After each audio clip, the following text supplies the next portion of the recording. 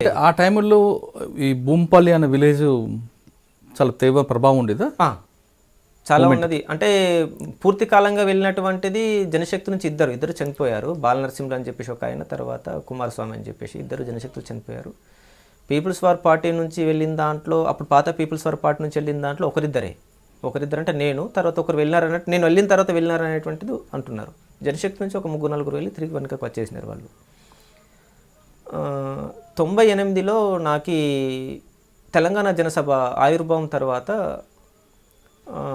నేను వాటి మీటింగ్స్కి వెళ్ళాను. నేను అంటే ఘర్షణ స్టార్ట్ అయింది 95 నుంచి. నాకు చిన్నగా ఆలోచనలు స్టార్ట్ అయినాయి.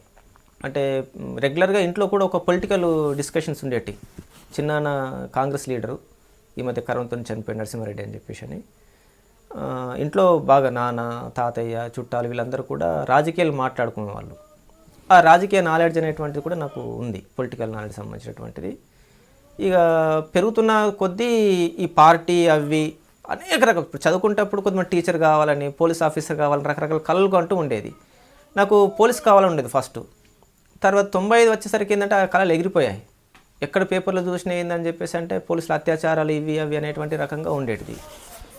తర్వాత విప్లవోద్యమంలోకి వెళ్ళడం అనేటువంటి 98 తెలంగాణ జనసభ తర్వాత నాకు దాంట్లో నేను టీఎస్ఎఫ్లో పనిచేసాను, తెలంగాణ స్టూడెంట్ ఫెడరేషన్లో పనిచేశాను. మా ఆర్గనైజరు శ్రీనివాస్ రెడ్డి అని చెప్పేసి అని వరంగల్ డిస్టిక్, ఆయన ఆర్యూస్లో పనిచేసేవాడు. దానికి జిల్లా కన్వీనర్గా కూడా తను ఉండేవాడు, కవర్ సంఘంగా పనిచేసేవాడు.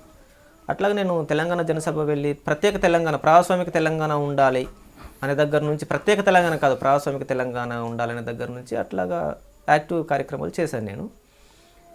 తర్వాత దాని నుంచి తను తెలంగాణ రావడము, తర్వాత కుటుంబాలు బాగుపడడం అనేటువంటిది సమాజంలో భాగం. అవి సమాజం మారకుండా తెలంగాణ రావడం ద్వారా ప్రజలు విముక్తి అయ్యేటువంటిది లేదు. నీ కుటుంబ సమస్యలు కావచ్చు, ఏ సమస్యలు కానీ వ్యవస్థ మారిన తర్వాతనే ఆటోమేటిక్గా అవి మారుతాయి తప్ప విడిగా అనేటువంటిది సాధ్యంగా. దాంట్లో ఈ భాగంగానే ఉన్నాయి కుటుంబాలు అనేటువంటిది నాకు చిన్నగా క్లాసెస్ రూపంలో చెప్పిన తర్వాత అట్లాగే నేను ఆర్ఎస్లో జాయిన్ అయినాను. మా ఆర్గనైజరు చనిపోయాడు, ప్రసన్న అని, సొంత పేరు వెంకట్, అయినప్పుడు సంబంధించినటువంటిది.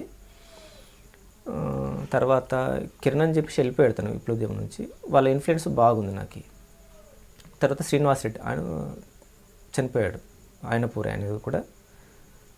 వీళ్ళ మా ఆర్గనైజర్స్ ఫస్ట్. తర్వాత సిద్దిపేటలో నేను ఒక 2 సంవత్సరాలు ఆర్ఎస్లో పనిచేశాను. దాదాపు ముఖ్యంగా శ్రీనివాస్ రెడ్డి గైడెన్స్ బాగుండేది. టౌన్లో పనిచేయడం అనేటువంటిది చాలా పని చేసుకుంటూ వచ్చాము మేము. ఆ టైం లోపలనే గిరాయిపల్లి ఏరియా విద్యార్థి సంఘం ఎన్నికలు అంటే కాన్ఫరెన్స్ జరిగినప్పుడు అక్కడ ప్రెసిడెంట్గా కూడా నేను ఏరియా ప్రెసిడెంట్గా ఉన్నాను. 99 లోపల డిసెంబర్ 2 కొయ్యూరు ఇన్సిడెంట్, శ్యామ్ మహేష్ మురళి తర్వాత పార్టీ రిక్రూట్మెంట్ క్యాంపెయిన్ తీసుకుంది. దాంట్లో భాగంగా నేను రిక్రూట్ అయ్యాను. అయితే మా ఫ్రెండ్స్ సర్కిల్ చాలామందికి నేను ఆర్ఎస్ అని తెలియదు. మా అన్నయ్య ఫ్రెండ్స్ చాలామంది బీజేపీలో ఉన్నారు, మా పెద్దన్నయ్య ఫ్రెండ్స్. తర్వాత నాకు తెలిసినటువంటి ఎస్ఎఫ్ఐ స్టూడెంట్స్, ఏఎస్ఎఫ్ఐ స్టూడెంట్స్ చాలామంది ఉన్నారు. నేను సడన్గా నిర్ణయం తీసుకున్న తర్వాత చాలామంది కలిశారు నాకు. వాళ్ళు అన్నారు, ఒకవైపు దుబ్బాక దళం పోయింది, మేతినిపూరు, చిన్న చింతకుంట, గుమ్మడి దళ, ఇవన్నీ కూడా దళాలు ఎగిరిపోతున్న, లక్ష్మపూర్, తీగులు, అనేక అమరత్వాలు. ప్రతి ఇన్సిడెంట్లో 5 మంది 7 మంది చొప్పున చనిపోతూ వచ్చారు. మరి ఈ టైం లోపల నువ్వు విప్లవోద్యమాన్ని ఎన్నుకోవడము, ఒకవైపు నీ కళ్ళ ముందే జరుగుతున్నది కదా అని చెప్పేసి అంటే ఒకటే చెప్పాను, ఒక వీరుడు మరణిస్తే ప్రభావితులు వేరే వీరులు, అది ఖచ్చితంగా మూమెంట్ రైజ్ అవుతుంది అని చెప్పేసి అన్న తర్వాత మా ఫస్ట్ రిక్రూట్మెంట్లో 23 మంది మేము రిక్రూట్ అయ్యాం. ఇక్కడ వరంగల్లో, అంటే మెదక్, వరంగల్, గిరాయిపల్లి ఏరియా.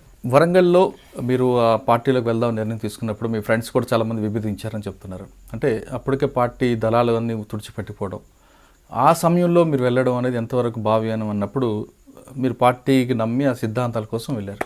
వెళ్ళినప్పుడు పార్టీ మీకు ఏ విధంగా ఆహ్వానం పలికింది, మీకు ఏ బాధ్యత ఇచ్చింది? నేను పార్టీలోకి దాదాపు నాతో పాటు 23 మంది వచ్చారు.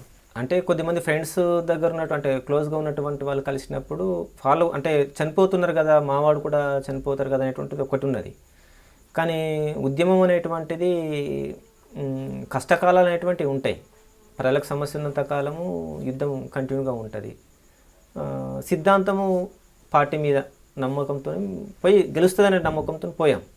అది ఒక దగ్గర ఇక్కడ దెబ్బ తినొచ్చు, కానీ సేమ్ టైం లోపల దండకార్యం ప్రాంతం లోపల ఉత్తర తెలంగాణ లోపల ఊవెత్తున ఎగిసేటప్పుడు పరిస్థితి ఆ టైంలో ఉన్నది.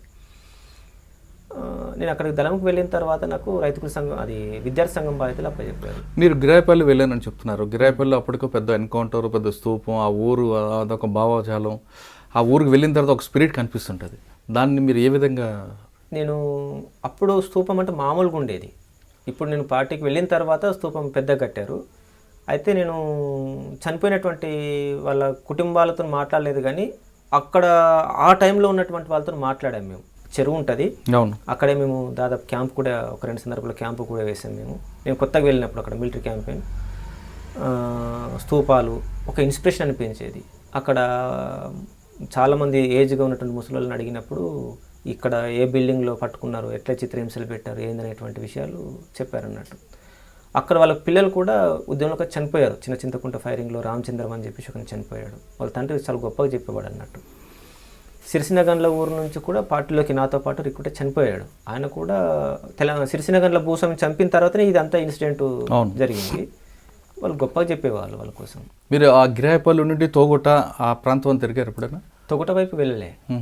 గిరాయపల్లి ఇటు మన వరంగల్ డిస్ట్రిక్ట్ చేర్యాల మండలి కొంత ప్రాంతము, నల్గొండ అంటే కొన్ని గ్రామాలు, మందపల్లి అట్లా కొన్ని గ్రామాలు, మెదక్ సంబంధించినటువంటి. ఫస్ట్ మీకు విద్యార్థి సంఘం? అవును. అంటే ఎక్కడ మీరు పనిచేశారు అప్పుడు? విద్యార్థి సంఘం అంటే మెయిన్గా గజ్వేలు, తర్వాత సిద్దిపేట, ఈ లోకల్గా ఉన్నటువంటి స్కూల్స్ సంబంధించినటువంటి విద్యార్థులను ఆర్గనైజ్ చేయడం అనేటువంటి బాధ్యత ఉండేది. 98లో నుంచి దాదాపు 2000 వరకు ముఖ్యంగా సిద్దిపేట స్కూల్ సంబంధించినటువంటిది, కాలేజ్ సంబంధించినటువంటి దాంట్లో మేము పనిచేసాం. చిన్న కోడూరు, తర్వాత సిద్దిపేట హాస్టల్స్, వీటిని కొన్ని స్ట్రగల్స్కి సంబంధించినటువంటివి కూడా, ముఖ్యంగా హాస్టల్ సమస్యల మీద కొంత కదిలించడం చేశాం. నేను రిక్రూట్ అయిన తర్వాత ఎక్కువ కాలం గిరాయపల్లిలో లేను, ఒక 6 నెలల మేరకే ఇక్కడ పనిచేసినాను. తర్వాత దక్షిణ తెలంగాణ స్పెషల్ గెరిల్లా దళం ఒకటి అప్పటికి దెబ్బతిన్నది తీగుల్లో. దాన్ని మళ్ళీ పునర్నిర్మించాలనే ఉద్దేశంతో సెలెక్ట్ చేశారు కొద్దిమందిని. దాంట్లో నన్ను కూడా సెలెక్ట్ చేసి దక్షిణ తెలంగాణ అంటే నల్గొండ, మహబూబ్ నగర్, మెదక్ ఈ 3 జిల్లాలు కలిపి ఒక గెరిల్లా మిలిటరీ స్క్వాడ్ ఉండేది. దాంట్లో నాకు పంపారు. అక్కడికి వెళ్ళిన తర్వాత స్కూల్ బాధ్యతలు, దాంట్లో మెంబర్గా టీచర్ బాధ్యతలు అప్పచెప్పారు నాకు. అక్కడ నేను దాదాపు ఒక 6 నెలలు స్పెషల్ దళంలో పనిచేసిన తర్వాత దాన్ని జాయింట్ రీజనల్ కమిటీ అని నల్లమల్ల ఫారెస్ట్ డివిజన్ కమిటీ కింద ఒక స్పెషల్ స్క్వాడ్ ఉండేది. ఈ 2 స్పెషల్ స్క్వాడ్స్ని కలిపి ఒక ప్లటూన్ నిర్మాణం చేశారు 2001లో. ఆ ఫస్ట్ ప్లటూన్ మాది. దాంట్లో నేను 2002 సెప్టెంబర్ వరకు దాదాపు అక్కడే పనిచేశాను. జూలైలో ఒక మీటింగ్ జరిగింది, రాష్ట్ర కమిటీ, ఆంధ్రప్రదేశ్ రాష్ట్ర కమిటీ మీటింగ్. దాంట్లో ఏందనుకున్నప్పుడు అప్పటికే ఏఓబి ఒకటి ఏర్పడింది. ఏఓబిని విముక్తి చేయాలి అనేటువంటిది కాంగ్రెస్ ఇచ్చినటువంటి కర్తవ్యంలో ఒక భాగం. అట్లాగా కొద్దిమంది తీసి అక్కడ పంపడం ద్వారా అక్కడ దాన్ని ఇంకా ఉన్నత స్థాయికి తీసుకెళ్ళచ్చు అనే ఉద్దేశంతో నన్ను ఒక టీము ఫస్ట్ బ్యాచ్లో నేనున్నాను. నల్లమల నుంచి ఏఓబి పోయే టీంలో. అట్లా 2002 సెప్టెంబర్లో నేను ఏఓబికి వెళ్ళాను.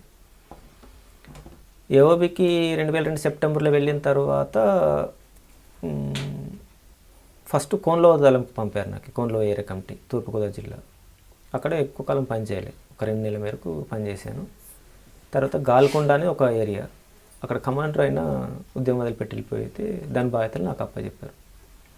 2003లో కమాండర్ బాధ్యతలు, 2000లో రిక్రూట్ అయ్యాను, 2003లో కమాండర్ బాధ్యతలు అప్పచెప్పారు. ఒక నమ్మకం, చేయగలుగుతాడు అనే నమ్మకం మీద. ఆదివాసీ ప్రాంతం, భాష రాదు. ఒకటి తెలుగు ప్రాంతాల లోపల కూడా నా తెలుగు అర్థం కాదు. తెలంగాణ తెలుగుకి దానికి చాలా తేడా. అవును. తోలుకపోవడం అని ఇక్కడ అంటాం, అక్కడ తోలుకపోవడం అంటే ఎడ్లకు పశువులకే తోలుకపోవడం అంటారు తప్ప మనుషులకు అన్నారు. ఆ తెలుగు నేర్చుకోనికి చాలా టైం పట్టింది నాకు. అంటే అదే కాకుండా భౌగోళిక పరిస్థితులు కూడా తేడా. అయితే నాకు నల్లమల్ల ఒక బేస్, నల్లమల్ల కంటే అది బెటరు.